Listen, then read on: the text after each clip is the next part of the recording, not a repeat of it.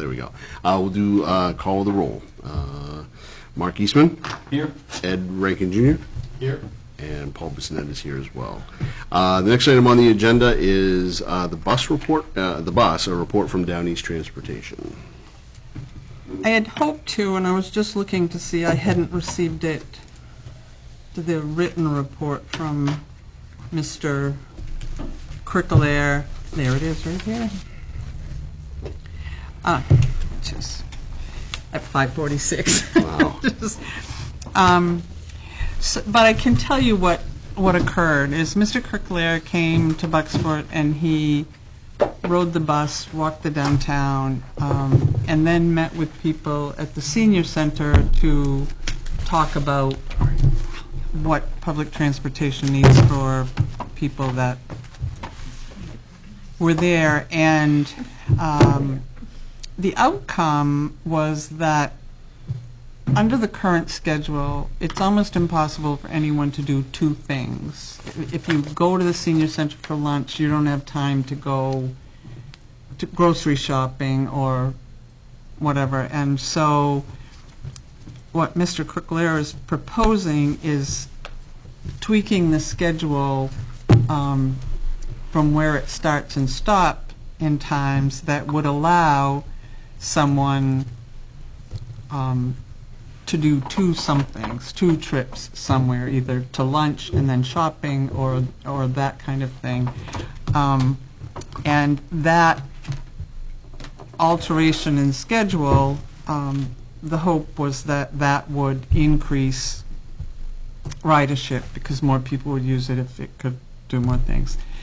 And that after evaluating how that amended schedule worked, to add another day to the bus through what already exists at Down East Transportation in terms of their capacity, which would likely add a Monday to the schedule under the same kind of schedule, but that again would increase. And I got a message just a short time ago from someone who indicated that the shuttle bus was running at near capacity yesterday. You know, there were a lot of people using the bus. So raising awareness is apparently helping with that as well. And that the final goal would be if the tweaked schedule increased usage and ridership, added a second day, that ultimately Down East Transportation would work to get us a third day, meaning Friday, so that we would have Monday, Wednesday, Friday capability for the bus. And Mr. Crickelaire noted that during his ridership day, it wasn't just seniors using the bus. Other people were going to Hannaford or going to Walgreens or doing those kind of things as well. And so the good news is that it appears that our schedule, once he had presented this information on an altered schedule and the stops and how that would allow people to use the shuttle better, he had to meet with Down East Transportation itself to make sure that the drivers and all those people could do what's indicated on the schedule, and then implementation could be within just a couple of weeks. An evaluation in a month or two to see how that's working, with the idea of transitioning to a second day once it was determined that we had the schedule such that it was seeing increased ridership because it was flexible enough to allow people to do more things, that they would add that, all of which I see as really positive for us because it fits it in with existing, and the only time that there would be anything that's requires staffing or vehicle stuff would be if when a third day was added. And Down East Transportation is looking, right now it's reinstating the Island Explorer in ways that it's been not utilizing it for the past couple of years. You know, they're adding that back in, and once they've figured that out, they're going to look more closely at the shuttle services that are in Ellsworth and Bucksport, and I can't remember, there's one more community that they have the shuttle service that they operate in. So, as I said, I think that Mr. Kirkalaire was the one who originally designed this system, and he was the former manager of the Down East Transportation, and now he's their consultant, but that we can increase usage now at no additional cost, and a second day within the existing system would be minimal, because they already have the people that are already working there, just in different places. So the second day would be at no cost. The third day would require additional capacity. The second day might be some cost. Our total cost, including the taxi portion that we pay, is $5,392. It wouldn't. That's what our appropriation is, because the state/federal subsidy picks up a big portion of what that is. So it might be a couple thousand more to add that, just because it becomes your proportionate share of time usage, but it wouldn't be significant in terms of...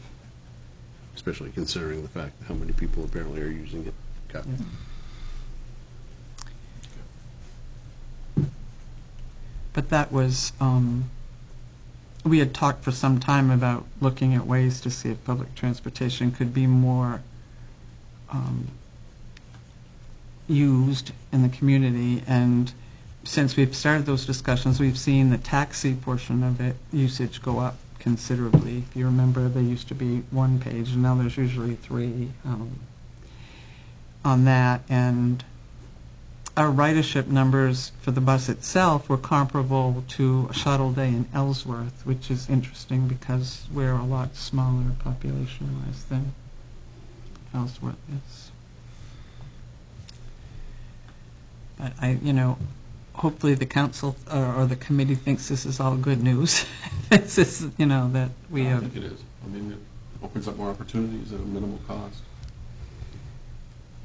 Well, there was also discussion of it being, if it was promoted more, that people who were here visiting who wanted to go from, or came in on a boat, or wanted to, that on the day that the bus was running, they could use that to go anywhere in the Main Street corridor, which is pretty much where it operates. So. Are you looking for recommendations? And it's $1 to use the bus, Yeah. so it's minimal. And I guess that what I'm looking for the committee is a report to the full council, sort of supporting that we go down this road, looking at a second day, based on the success of this tweak schedule and meeting the needs of people who are trying to use it. So we just need a motion to support the concept of adding a second day and looking at a third? Motion. Second? Those in favor? Opposed? Sounds good. Great, thank you. Unless there's anything else not on the agenda, the next item on the agenda is adjournment. No, I'm missing one. It's the planning partnership. Oh, sorry, I'm looking at the previous agenda, yes. The next item, thank you, Mark. The next item on the agenda is the planning partnership grant, yes. That is on the agenda tonight for approval, for participation. And honestly, when putting the agenda together, I knew there were two items, but I couldn't remember what the second item was. And Councilor Rankin helped me with that. This was an opportunity for the committee to understand what this partnership grant represented and what it, or if you had questions about more about sort of where it could lead and what it could do. It was discussed at the last council meeting, but not at a committee level before it got there. I've had a couple of questions of people just were a little confused of what it is. Because our portion's what, 40,000?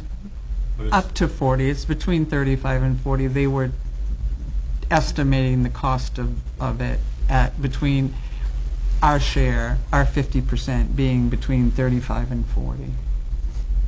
we get the planning from the state for all these projects we want in downtown, but we also get designs and engineering, correct? Sort of, maybe. I mean, for like sidewalks, I thought we, So that's the planning partnership initiative. So the walls that have been redone in town is through the municipal partnership initiative, which is a little different. That includes the engineering and the project being completed itself, right? So then the planning partnership, you get a consultant. You come up with these different plans. You hold, if you think of it like the way we did ADAPT, where you had a couple open houses, you put the plans together, the public participation, you get that there. Then that would lead you to, hey, let's put utilities on the ground, and then you can get what's called the VPI, Village Partnership Initiative, which is 80% funded by the federal government, 10% by state MDOT, 10% by the town, with the minimum project amount of $5 million.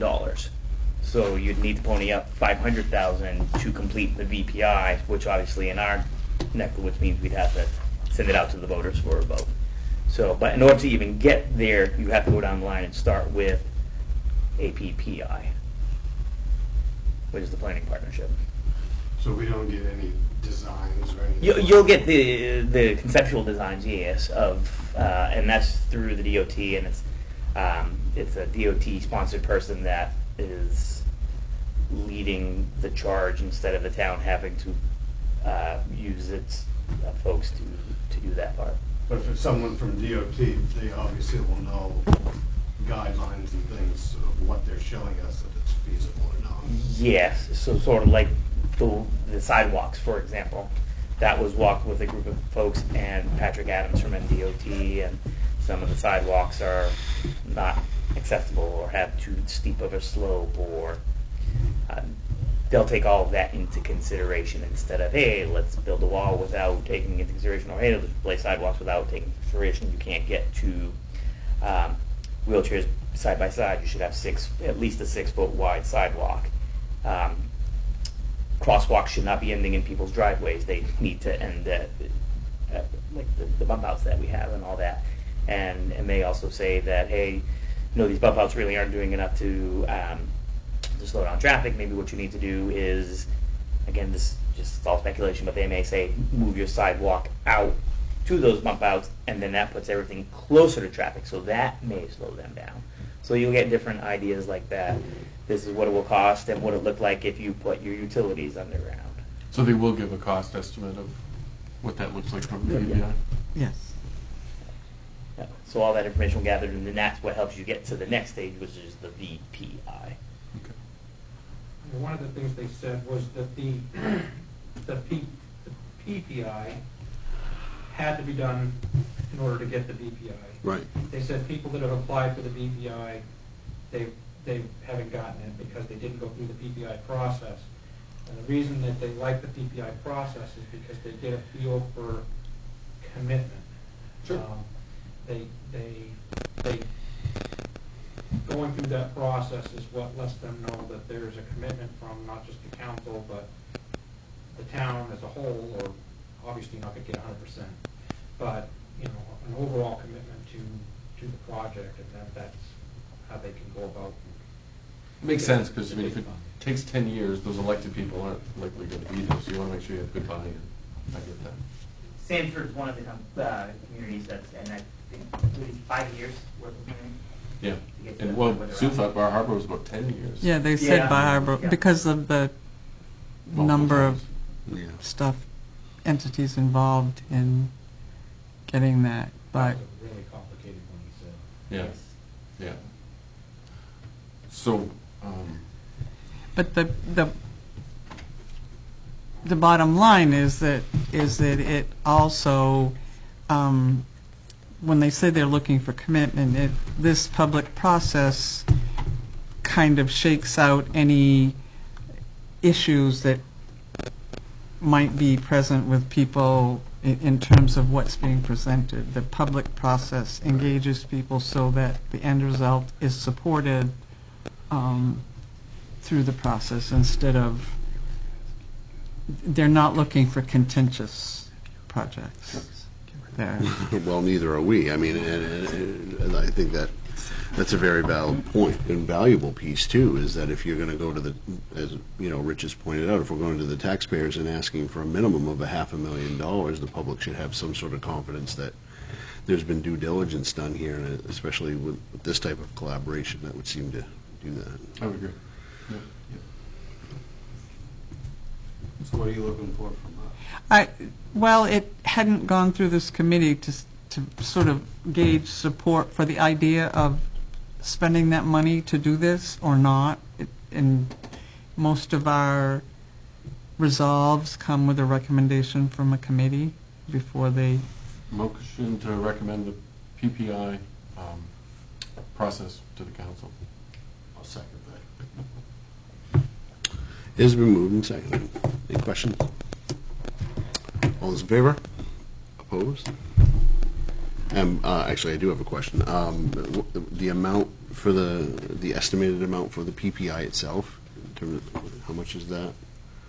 $35,000 to $40,000. Right. The resolve, I believe, says amount not to exceed $40,000. Thank you. And how long does that process take from start to finish? Estimated roughly a year. It looks like it would get started somewhere about, if we were able to get through this part, get started in August. Okay. Yes, August. And then finish up roughly about that same time next year. Okay. And that then allows the VPI application to move forward following that. So if we submitted an application next year, is that a quick turnaround, or? For VPI? Yeah. Especially when you have the PPI in place.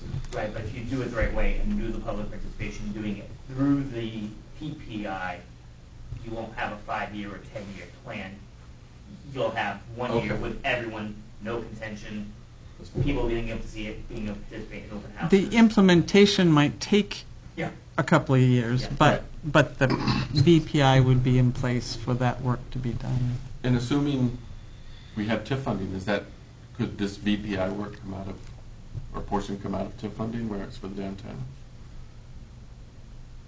I don't think they care what your match is, Okay. or what the source of the local match is. Okay. Just that the match exists, and it's not in-kind contribution. It's money. Yep. That's fair.